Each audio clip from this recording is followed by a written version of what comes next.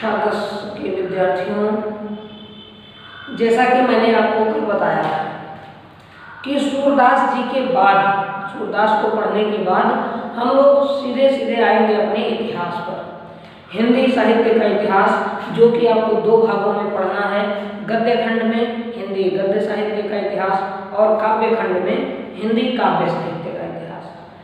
इन दोनों खंडों को क्रमशः हम लोग पढ़ेंगे। पहले हम सब हिंदी गद्य साहित्य का इतिहास पढ़ेंगे। इससे ध्यान दीजिएगा, इसमें जो भी आप लोगों को बताया जाए इसको आप लोग अक्षरशः अर्थात एक एक शब्द सहित जितना मैं बताता चलूँ लिखने के लिए उतना आप लोग अपनी कापियों में लिखते रहिए। मैंने पहले भी बताया है, दूसरी कक्षाओं के बच्चों को भी सूचित कर दिया है कि वे यदि नई कापियाँ नहीं मिल रही हैं तो जो आपके पास पुरानी कापी है उसी में हिंदी की नई कापी बना लीजिए। जो इस साल आपको लिखना है, बस इतना ध्यान रहे कि जैसे हिंदी का विषय आप हिंदी की जो पिछले साल की कापी थी उसी में लिखिए, अंग्रेजी का विषय जो अंग्रेजी के लिए कापी थी उसी में लिखिए। ऐसा ना हो कि गणित की कापी में आप अंग्रेजी लिखो, अंग्रेजी की कापी में आप मैथ लिखो, मैथ की कापी में आप हिंदी लिखो। जो कापी पिछले साल जिस विषय की थी इस साल वही कापी उसी विषय की बना करके लिखिए, जब तक आपको नई कापियाँ नहीं मिलती। इसलिए आप पुराने वाले में ही शुरुआत कर सकते हैं। तो ध्यान दीजिएगा, सबसे पहले हम लोग बात करेंगे हिंदी गद्य साहित्य के विकास का एक संक्षिप्त इतिहास पढ़ेंगे, कैसे इसका विकास हुआ है। ठीक है, तो ध्यान दें, हाई स्कूल के कोर्स में हिंदी गद्य साहित्य के केवल 2 कालखंड पढ़ने हैं, लेकिन इसमें सबसे पहले हम लोग पढ़ेंगे गद्य का स्वरूप। आप लोग भी अपनी कापियों में हेडिंग बना लेंगे नंबर 1 करके, गद्य का स्वरूप। गद्य होता क्या है?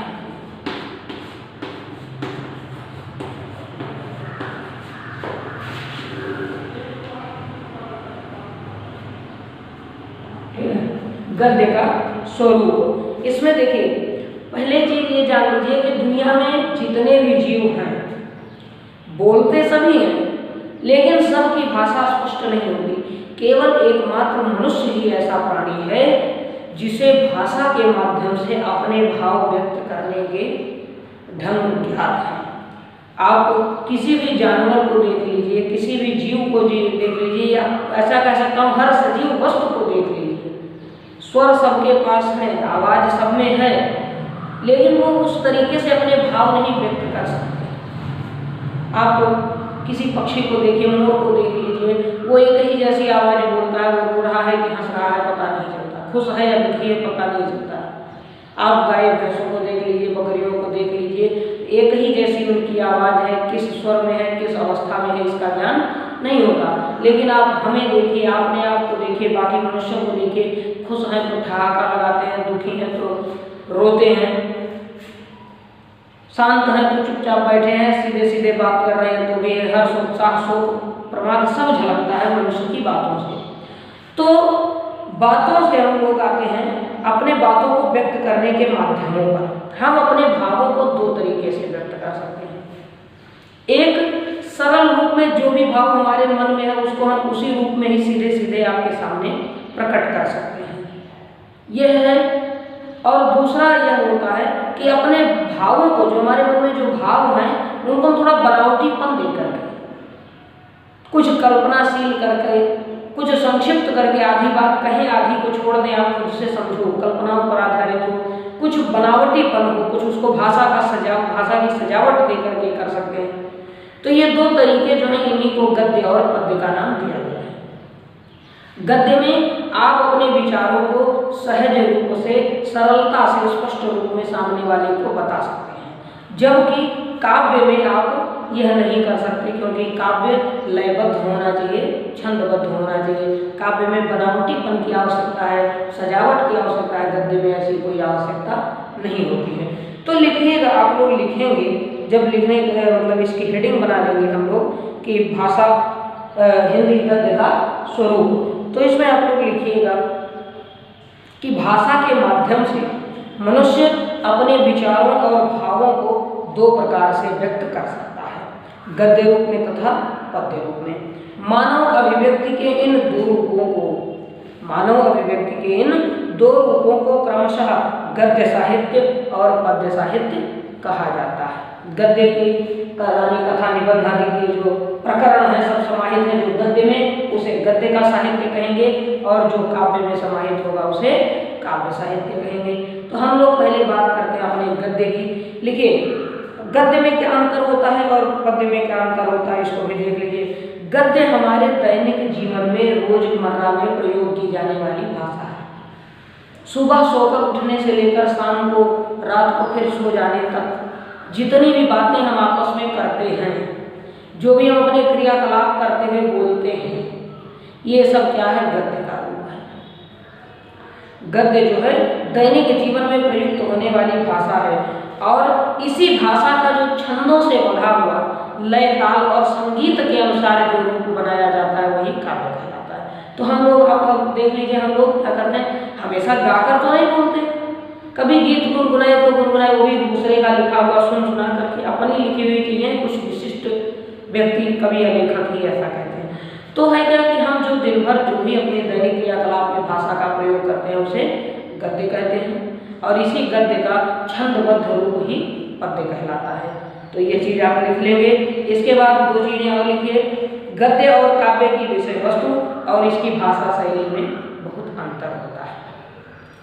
गद्य की विषय वस्तु जो होती है वो विचार प्रधान होती है, इसमें विचार लिखे जाते हैं, और काव्य में भाव लिखे जाते हैं। भाव और विचार में अंतर होता है। विचार जो होते हैं तर्क पर आधारित होते हैं, तर्क पर मतलब प्रमाणित किए जाते हैं हर तरह से उदाहरण दे देकर, और जो काव्य होता है ये भाव कल्पनाओं पर आधारित होते हैं। इसमें वही कहा गया है ना, जहाँ न पहुँचे रवि तहाँ पहुँचे कवि, कवि कुछ भी लिख सकता है। खैर, तो हम लोग अपने इस पर विषय मुख्य पर आते हैं कि गद्य के मुख्य विषय हैं हमारे प्रतिदिन के क्रियाकलाप। आप इसी में लिख लीजिएगा, ये हेडिंग डालने के बाद, गद्य के मुख्य विषय।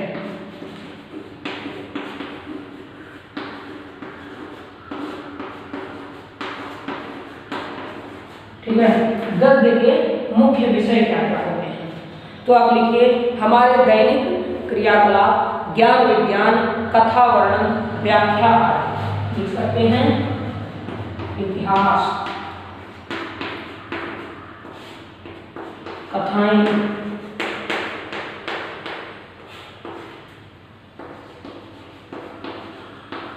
व्याख्याएं एवं दैनिक क्रियाकलाप।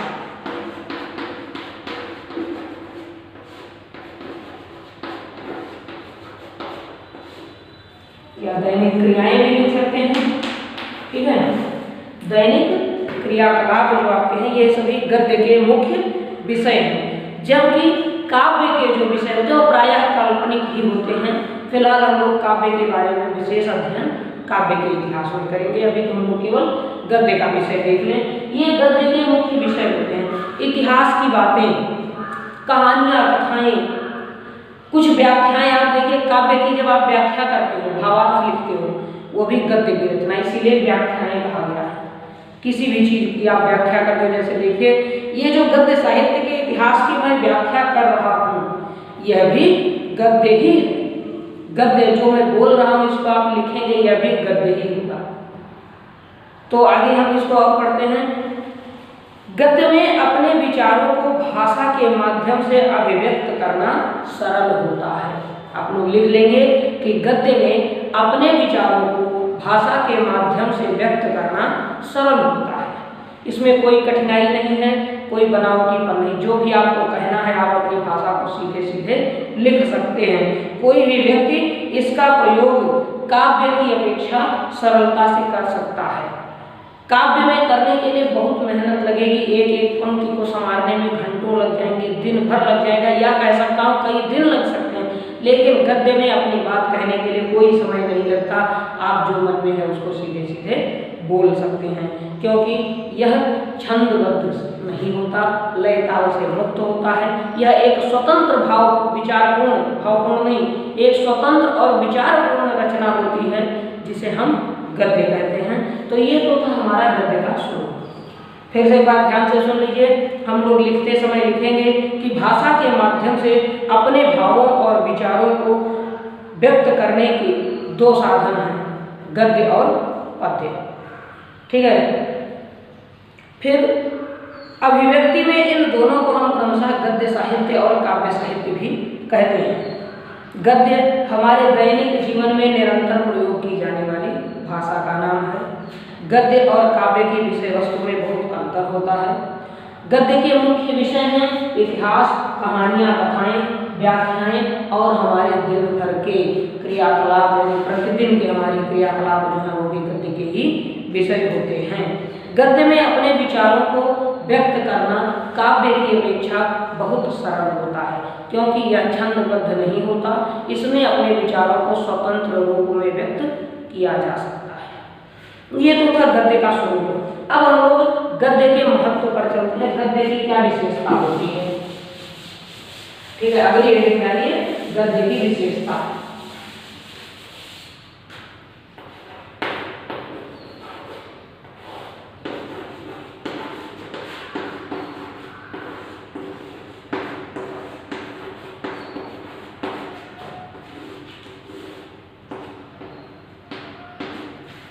गद्य की विशेषताएं क्या होती हैं, इसका अध्ययन करें। देखिए, गद्य का लक्ष्य विचारों एवं भावों को सहज, सरल और सामान्य रूप में प्रकट कर देना है। गद्य का उद्देश्य क्या होता है? अपने भावों, अपने विचारों को सहज भाव से ही व्यक्त कर दिया जाए, उसमें कोई बनावटीपन ना लाया जाए। गद्य की भाषा पूरी तरह से व्यवहारिक होती है। व्यवहारिक होने का मतलब सहज होती है। जो आप अपने व्यवहार में रोज लाते हैं ऐसी भाषा होती है, कुछ कठिनाई नहीं होती, आपको समझने में कोई समस्या नहीं होती। तो गद्य की विशेषताओं में आप सबसे पहले नंबर 1 करके लिख सकते हैं, या फिर आप सीधे पैराग्राफ में बांट करके लिख सकते हैं। अनुच्छेद के अनुसार आप लिख सकते हैं कि गद्य का लक्ष्य विचारों को सहज, सरल और सामान्य भाषा में ही व्यक्त करना होता है। गद्य की भाषा पूर्ण रूप से व्यवहारिक होती है। फिर आगे लिख सकते हैं, गद्य में भाषा को अलंकारिक और छंदबद्ध बनाने की कोई आवश्यकता नहीं होती है। गद्य को हम सीधे अपने मन के अनुसार ही व्यक्त कर सकते हैं। फिर इतिहास, भूगोल, राजनीति शास्त्र, ज्ञान विज्ञान के साथ साथ ही गद्य की उपयोगिता और महत्ता में वृद्धि लगातार होती जा रही है। अर्थात इतिहास, भूगोल, राजनीति शास्त्र, ज्ञान विज्ञान, कथा, कहानी, साहित्य जो भी है, सब में गद्य साहित्य की भूमिका निरंतर बढ़ती जा रही है। ज़्यादा से ज़्यादा चीज़ें आज के समय में गद्य में ही लिखी जा रही, क्योंकि आज का जो समय है यह महाकाव्यों का समय नहीं रहा। प्राचीन काव्य साहित्य में आप जानते हैं बड़े बड़े महाकाव्य, बड़ी बड़ी पोथियाँ लिखी गई हैं, लेकिन आज का समय महाकाव्यों का नहीं, क्योंकि आज के समय में महाकाव्यों के अध्ययन में, काव्य के अध्ययन में अधिक समय लगता है, उसको ध्यान से पढ़कर समझना है। गद्य को आप आसानी से समझ जाते हैं, इसीलिए आज के युग में सबसे अधिक महत्व उपन्यासों का हो गया है। महाकाव्यों की अपेक्षा जो विशाल बड़ी रचनाएं हैं वो उपन्यास। गद्य की बड़ी रचनाएं जो हैं, सबसे बड़ी रचना वो उपन्यास है, और काव्य की जो बड़ी रचना होती है वो महाकाव्य की जाती है। अर्थात काव्य का जो बड़ा संग्रह हो, बड़ा भंडार हो, वह बड़ी किताब लिखे अगर कोई कवि तो वो महाकाव्य, और अगर कोई वो लेखक किसी बड़ी किताब को, किसी कथा को खूब बड़ा करके लिखे तो वह उपन्यास होता है। विधाओं के बारे में हम लोग आगे बात करेंगे। सबसे पहले हम लोग गद्य के महत्वों पर, गद्य की विशेषताओं पर, यही गद्य का महत्व, उपादेयता, महत्ता, विशेषता जो भी कह लीजिए होती है कि सबसे पहला कि गद्य में भावों को सहज और सरल रूप में व्यक्त किया जा सकता है। गद्य की भाषा व्यवहारिक होती है। गद्य को अलंकारिक और छंदबद्ध बनाने की कोई आवश्यकता नहीं होती है। ठीक है, गद्य में संवेदनशीलता की अपेक्षा विचारों की प्रधानता रहती है। ठीक है, कथा विस्तार, इतिहास वर्णन और क्रियाकलापों के वर्णन के लिए सबसे उपयुक्त शैली है गद्य का लेखन, गद्य शैली ही है। इतिहास, भूगोल, राजनीति शास्त्र, ज्ञान विज्ञान, धर्म दर्शन और संपूर्ण विज्ञान के साथ साथ नाटक, कहानी, कथा आदि के क्षेत्रों में भी गद्य का विस्तार लगातार बढ़ता जा रहा है। आज का समय महाकाव्यों का न होकर के उपन्यासों का युग है, इसलिए भारतेंदु युग से ही गद्य की सबसे अधिक वृद्धि हुई है। वर्तमान समय में हमारा साहित्य सबसे अधिक गद्य में ही लिखा जा रहा है। वर्तमान समय का जो साहित्य है वह गद्य में ही, यहाँ तक कि कविताएं भी गद्य की शैली में आने लगी हैं, मुक्तक छंदों में आ गई हैं। तो इसीलिए आचार्य रामचंद्र शुक्ल ने कविता के आधुनिक काल को गद्य काल का ही नाम दिया है, और साहित्य का जो आधुनिक काल है वो पूरी तरह से गद्य काल ही कहा जा रहा है। ठीक है, तो ये जो थी गद्य की उपादेयता, गद्य की विशेषताएं। इसके बाद हम गद्य और काव्य में अंतर को पढ़ेंगे। बिना इसको पढ़े हम गद्य के क्षेत्र में और अधिक नहीं जान सकते। जानिए गद्य और काव्य में अंतर। तीसरी हेडिंग है आपकी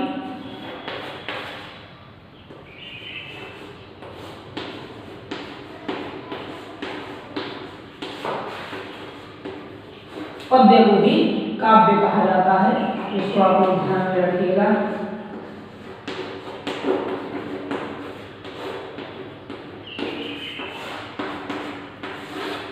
ठीक है, अब ध्यान दें, गद्य और पद्य में मुख्य अंतर यह है कि गद्य के विषय विचार प्रधान होते हैं और काव्य के विषय जो हैं वह भाव प्रधान होते हैं। पद्य में जो है, ऐसे देख लीजिए, गद्य का है, ऐसे हम दो तरफ से समझ सकते हैं। इस तरह आपको कॉलम नहीं बनाना है, आप केवल अंतर में सीधे लिखेंगे। इधर मैं लिखता हूँ पद्य। दोनों में अंतर क्या है? पहला अंतर यह है कि गद्य जो होते हैं यह विचार प्रधान होते हैं।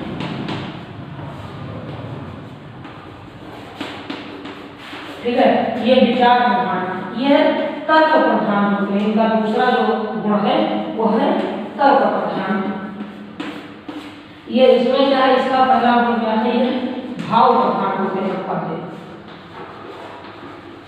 ठीक है, भाव प्रधान। दूसरी विशेषता इसकी क्या है, जैसे गद्य में तर्क होता है, काव्य में कल्पनाएं होती हैं। तो काव्य जो है आपके वो कल्पना प्रधान होते हैं, आप लिख सकते हैं।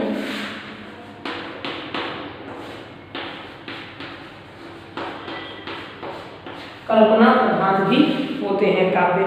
इसके बाद हम आगे बात करेंगे। तो काव्य में, ठीक है, काव्य की विशेषताएं क्या है? यह छंदों में बधा होता है, छंद लय ताल से बंधकर रहता है। ठीक है, से बद्ध होता है। जबकि गद्य जो है वह लय ताल छंद से मुक्त होता है। तो आप तीसरा अंतर अपना लिख लीजिए कि लय ताल छंद से मुक्त होता है। ठीक है, ध्यान दीजिए, काव्य में क्या क्या गुण होते हैं? काव्य भाव प्रधान होता है, काव्य कल्पना प्रधान होता है, काव्य छंद लय और ताल से बद्ध होता है। बद्ध माने बधा युक्त। और जो आपका गद्य होता है ये विचार प्रधान होता है, तर्क प्रधान होता है, लय ताल और छंद से मुक्त होता है। इसमें लय ताल और छंद अलंकारों का भी कोई प्रयोग नहीं होता, जबकि काव्य में अलंकार और रसों का भंडार होता है। ठीक है, फिर एक और चीज, गद्य में किसी भी बात को विस्तार से कहा जाता है। ये अगला अंतर मैं लिख देता हूं। ठीक है,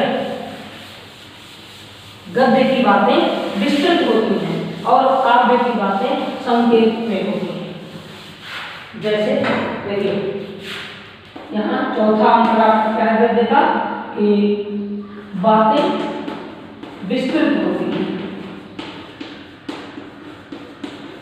ठीक है, इसमें कोई भी बात बहुत विस्तार से तर्क और विचार के साथ रखी जाती है, जबकि काव्य में आपके जो है इसमें बातें जो है सांकेतिक होती हैं, संकेत के माध्यम से ही बातें कही जाती हैं।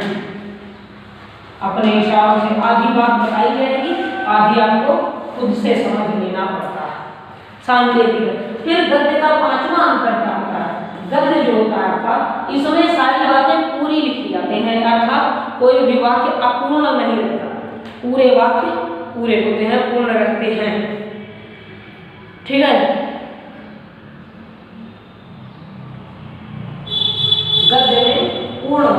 होते हैं। ध्यान से देखिए, इसको नोट कर लीजिएगा। गद्य की विशेषता यह है कि इसमें सारे वाक्य पूरे होते हैं, कोई भी वाक्य आधा अधूरा नहीं लिखा जाता। लेकिन काव्य में जो है इसमें अपूर्ण वाक्य होते हैं, इसमें प्रायः अपूर्ण वाक्यों का प्रयोग किया जाता है।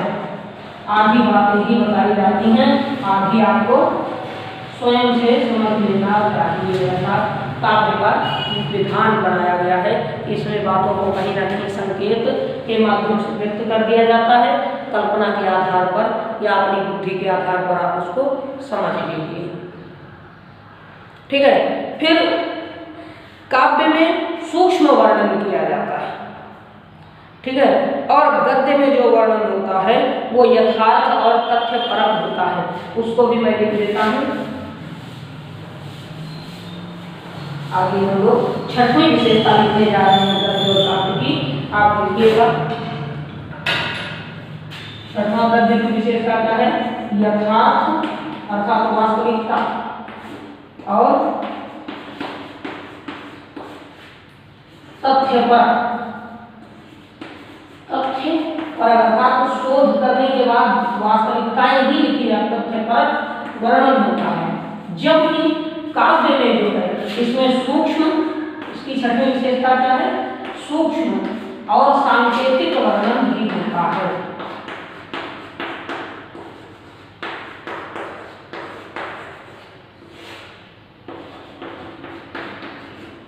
काव्य में सूक्ष्म और सांकेतिक वर्णन किया जाता है। अब देखिए, इस प्रकार गद्य और पद्य विषय, भाषा, प्रस्तुतिकरण आदि की दृष्टि से अभिव्यक्ति के सर्वथा दो भिन्न रूप हैं। अभिव्यक्ति के मतलब अपनी बातें कहने के, अर्थात भाषा के माध्यम से अपनी बात कहने के दो अलग अलग रूप हैं। एक है गद्य, दूसरा पद्य। गद्य और काव्य, आप अपनी बात को दो तरीकों से कह पाएंगे, गद्य और काव्य में। और इन दोनों के दृष्टिकोण भी अलग हैं।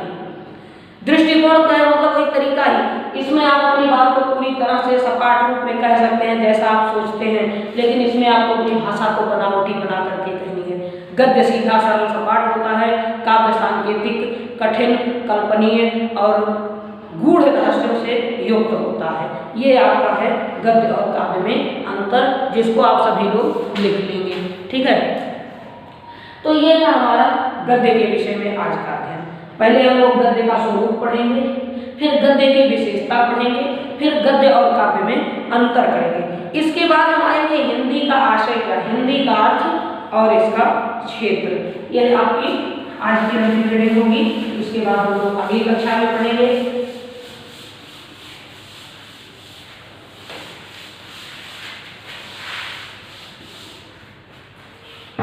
ध्यान दीजिए, चौथी हम लोगों की रीडिंग क्या होगी? हिंदी का आशय।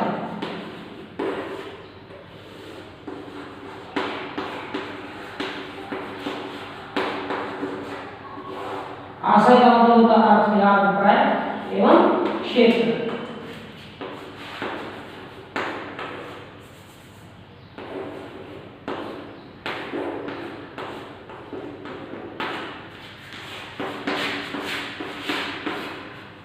ठीक है। ध्यान दीजिए, हिंदी शब्द का प्रयोग मुख्यतः तीन रूपों में किया जाता है। कौन कौन सा? एक, हम जो अपनी आमतौर की बोलचाल की भाषा में प्रयोग करते हैं। ठीक है। हिंदी का प्रयोग तीन रूपों में किया जाता है। ध्यान दीजिए, इसको लिख लीजिएगा। हिंदी का प्रयोग तीन रूपों में किया जाता है। पहला कौन सा रूप है? जो हम प्रतिदिन बोलते हैं, दैनिक क्रियाकलाप में। पहला प्रयोग क्या है? दैनिक क्रियाकलाप में। दूसरा क्या है? इतिहास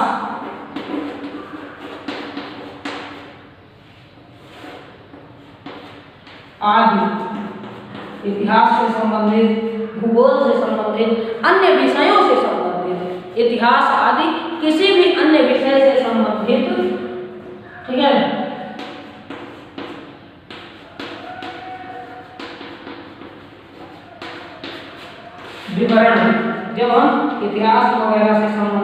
विवरण में ब्यौरा देते हैं तब हम हिंदी का ही प्रयोग करते हैं। इसमें दूसरी भाषाओं के शब्द भी मिल जाते हैं।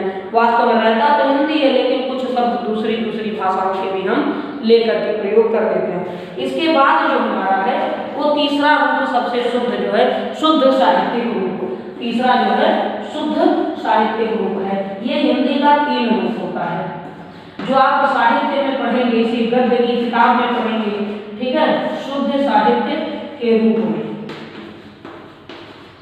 आप इसको लिख लेंगे कि हिंदी भाषा का प्रयोग 3 रूपों में किया जाता है। पहला आता है दैनिक क्रियाकलाप में, रोज की जो हमारी व्यवहारिक भाषा है। दूसरी है इतिहास आदि से संबंधित कोई भी विवरण देते समय। तीसरा है शुद्ध साहित्य के रूप में हम इसको लिखते या पढ़ते हैं, ठीक है। इसके बाद आगे चर्चा करें तो आगे क्या है, हिंदी का निर्धारण कैसे हुआ, हिंदी का स्वरूप बनाया कैसे गया है। देखिए हिंदी भाषा का जो आज की जो हिंदी है ये है क्या, इसका निर्माण कैसे हुआ, इसका अध्ययन करने से पहले एक बार हम इसके पृष्ठभूमि को देख लेते हैं है क्या। हिंदी का निर्माण वास्तव में 8 बोलियों और 3 उपभाषाओं से मिल करके हुआ है। लिखिएगा, हिंदी का निर्माण 8 बोलियों और 3 उपभाषाओं से मिल करके हुआ है। अब 8 बोलियां कौन कौन सी हैं उनके नाम लिख लीजिए।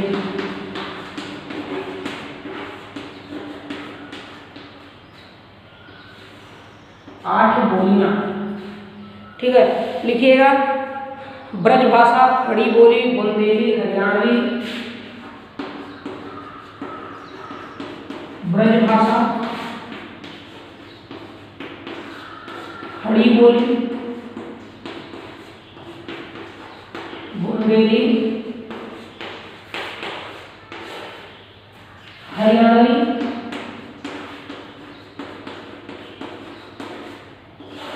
कन्नौजी,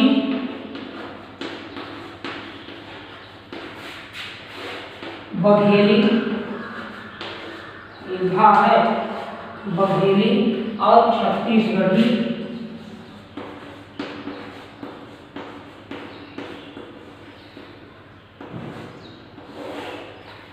इसके अलावा एक और भाषा है अवधी, अवधी बोली जो आपकी है ये।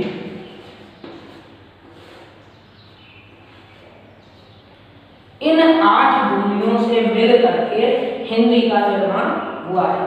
इन 8 बोलियों के अतिरिक्त 3 उपभाषाएं भी हैं, उनको भी आप लिखेंगे, यहाँ नीचे लिख लीजिए 3 उपभाषाएं कौन कौन सी हैं, नाम लिखेंगे आप, राजस्थानी, पहाड़ी और बिहारी। पहली उपभाषा है राजस्थानी, दूसरी है पहाड़ी और बिहारी, ये आपकी भोजपुरी जिसको हम कहते हैं उसका। इन सबसे मिल अर्थात आप समझ सकते हैं कुल मिलाकर 11 तरह की अलग अलग बोलियों या भाषाओं से मिलकर हिंदी भाषा का निर्माण हुआ है। हिंदी भाषा को पहले दक्षिणी हिंदी कहा गया, इसको कौरवी भाषा भी कहते थे। जानते हैं क्यों? क्योंकि दिल्ली और हरियाणा के बीच में, मेरठ, दिल्ली, बिजनौर और हरियाणा के क्षेत्रों में खड़ी बोली जो है इसका शुद्ध रूप बोला जाता था। आप इसको भी लिखिएगा कि दिल्ली, मेरठ, हरियाणा और बिजनौर के बीच में बोली जाने वाली खड़ी बोली के परिष्कृत रूप को ही हिंदी भाषा का नाम दिया गया है। अब यह हिंदी भाषा चूंकि हरियाणा और दिल्ली के बीच में थी, वह क्षेत्र कुरुक्षेत्र के आसपास का है, या उसी में कुरुक्षेत्र कौरवों का क्षेत्र था, इसीलिए पुराने समय में हिंदी भाषा को कौरवी भाषा भी कहते थे। ठीक है, इसी को दक्षिणी हिंदी भी कहीं कहीं पर कहा गया है, कौरवी भाषा है। इसके अतिरिक्त आप लिख सकते हैं आज जो हिंदी पूरे भारत में सर्वसामान्य भाषा के रूप में बोली जा रही है, जो हम सभी विद्यालयों में पढ़ रहे हैं और पढ़ा रहे हैं, वो इसी खड़ी बोली का रूप है। जब ये सारी भाषाएं आपस में समेट दी गई, ये 8 बोलियां ब्रजभाषा, खड़ी बोली, बुंदेली, बघेली, कन्नौजी, हरियाणवी, अवधी और छत्तीसगढ़ी तथा राजस्थानी, पहाड़ी और बिहारी, इन 11 भाषाओं को आपस में मिला करके एक रूप जब दिया गया तो भाषा थोड़ी सी कठिन भी हो गई और अटपटी भी हो गई। इसलिए पुरानी हिंदी के शब्द बहुत स्पष्ट और बहुत आसानी से समझ में नहीं आते हैं। इसलिए जब भारतेंदु युग का आरंभ हुआ, उस समय पुराने समय में कुछ उर्दू के भी शब्द हुआ करते थे इन सारी भाषाओं में जो हिंदी में है। भारतेंदु जी ने क्या किया, इन सभी भाषाओं का जो मिला जुला रूप था उसको खड़ी बोली को आधार मान करके उन्होंने इसको रचना करना शुरू कर दिया, जिसके बारे में हम लोग कल पढ़ेंगे। तो आज की जो हिंदी है वो यही खड़ी बोली हिंदी है, जिसको हम लोग हिंदी भाषा के नाम से पढ़ते हैं। ये इन सभी भाषाओं का मेल है और इसी में सारी भाषाएं मिला करके इसको बहुत ही शुद्ध बना दिया गया है, जो आज हम हिंदी के रूप में पढ़ते हैं, जो हमारी राजभाषा है और प्रमुख भाषा भी हमारे देश की यही है। इसके अतिरिक्त आगे की बातें हम लोग कल करेंगे। इसको जितना आज आप पढ़ाया गया आज आप सभी को, इतना आप लोग लिख लीजिएगा, जो भी समस्या होगी उसको आप पूछ सकते हैं। ठीक है।